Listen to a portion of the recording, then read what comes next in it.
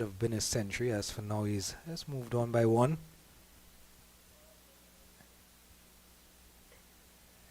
Pulling and pulling well. Should be coming back for two here. Well, just a single. I thought there was two in that there, Gerard. Yeah, slight chance of a catch at short mid wicket there for Kyle Myers, but well over his head, and the two fielders converging from deep mid wicket and long on that big gap. It should have been two.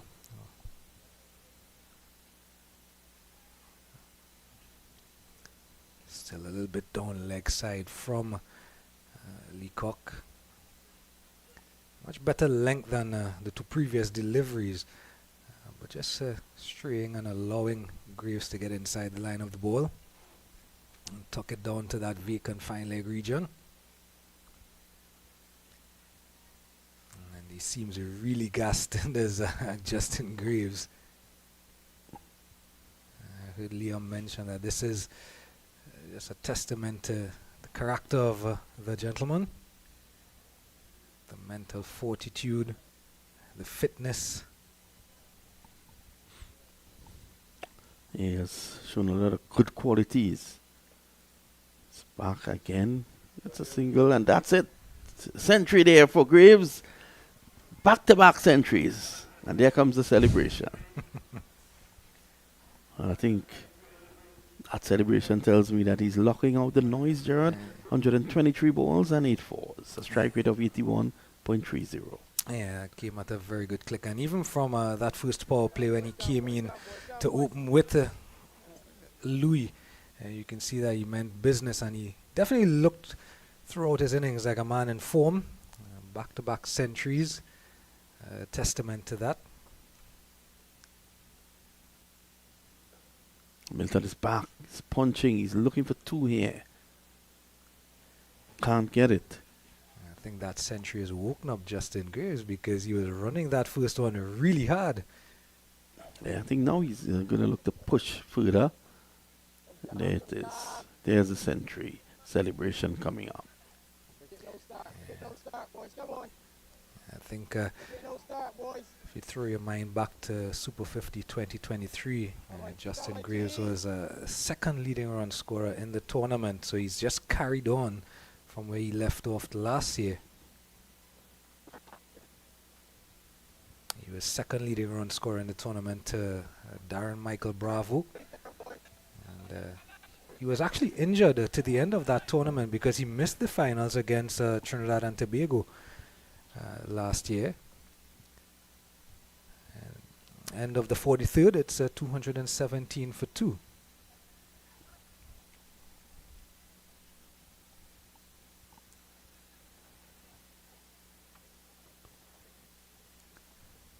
Jamal Warkan will continue from Jerry Gomez Media Center end.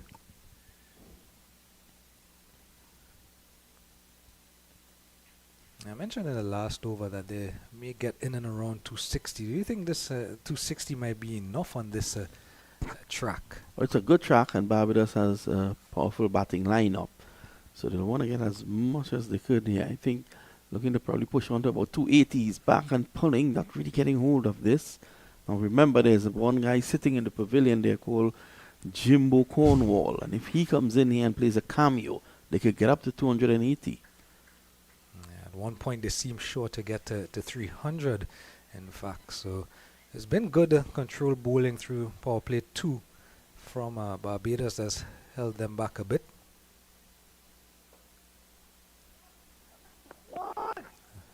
A good running here between the pair.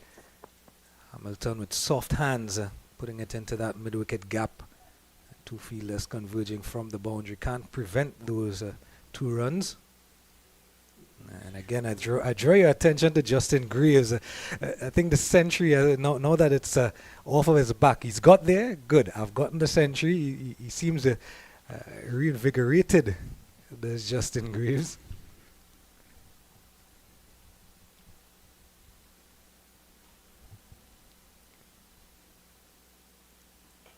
Giving himself room.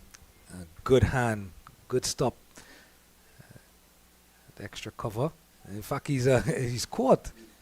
Yeah, he's caught. didn't realize that it did get to him. Yeah, so Hamilton goes and more than likely, look, there it was, making room, looking to force through the offside. It's a fantastic catch, though. Struck hard. Wickham, was it? Mm-hmm. And it's now 220 for 2. The only thing that Barbados could do at this point in time is to look to take wickets to break the momentum. But still no Raheem Cornwall. Kofi James it is. Well, this is a bit surprising because it's not a matter of Cornwall not being able to run quick singles with Graves at the other end, because Graves himself looks winded at this point in time. So it's just about hitting.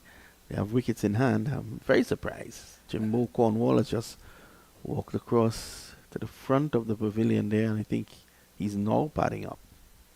I think there's also that consideration for giving the opportunity to the younger ones.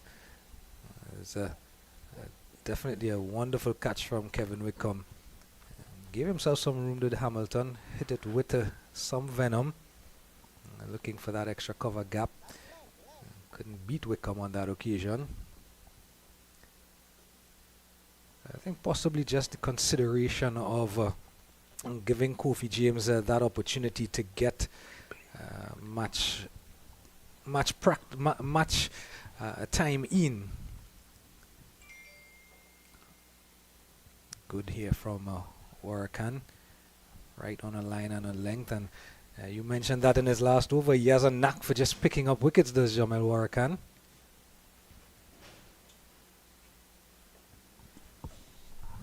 It'll just be one onto mid wicket.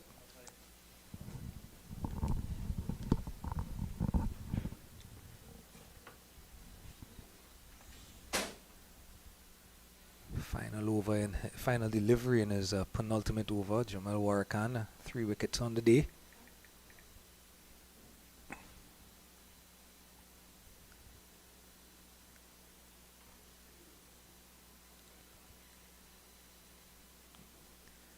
Nice easy single to end the over, carry the score at the end of 45 to 200. 44, 222. Double Nelson for 3.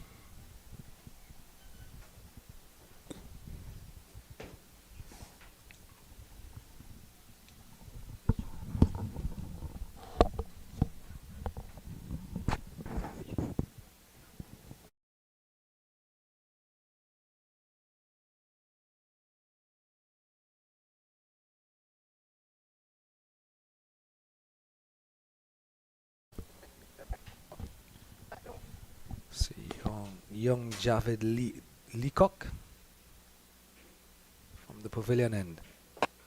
Swung away, it's in the air, but it's into a gap, and it has it gone all the way? We wait for the umpire. Let's see what Chris has to say. I think it's hit the outside of the rope and it's gone for 6, but the signal is 4. So, Graves opening up here now. It's on 107. Of course, we get a chance to look at it again and tell whether it was inside the rope or outside of the rope.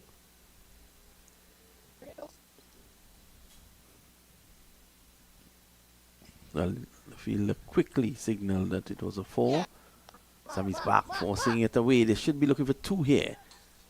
And he is looking for 2. Gets it quite comfortably. We can go back and see that replay again and to distinguish whether or not it did hit the ropes, as you were saying, Gerard Basso. You seem to have good eyesight, Gerard Basso. Well, not this one.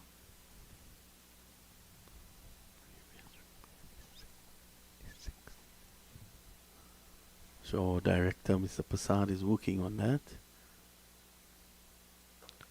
Straight back over his head. So he's going back for 2 and he gets it. And Leacock definitely didn't see when Kofi James passed him like a full bus. Kofi James passed him, past the umpire, and then Leacock in all his glee was looking to run him out. Now, we'll have a look here, Gerard, and let's see if your eyesight is as bad as I think. It's 4. It dropped about 5 meters in front of the room. By a mile.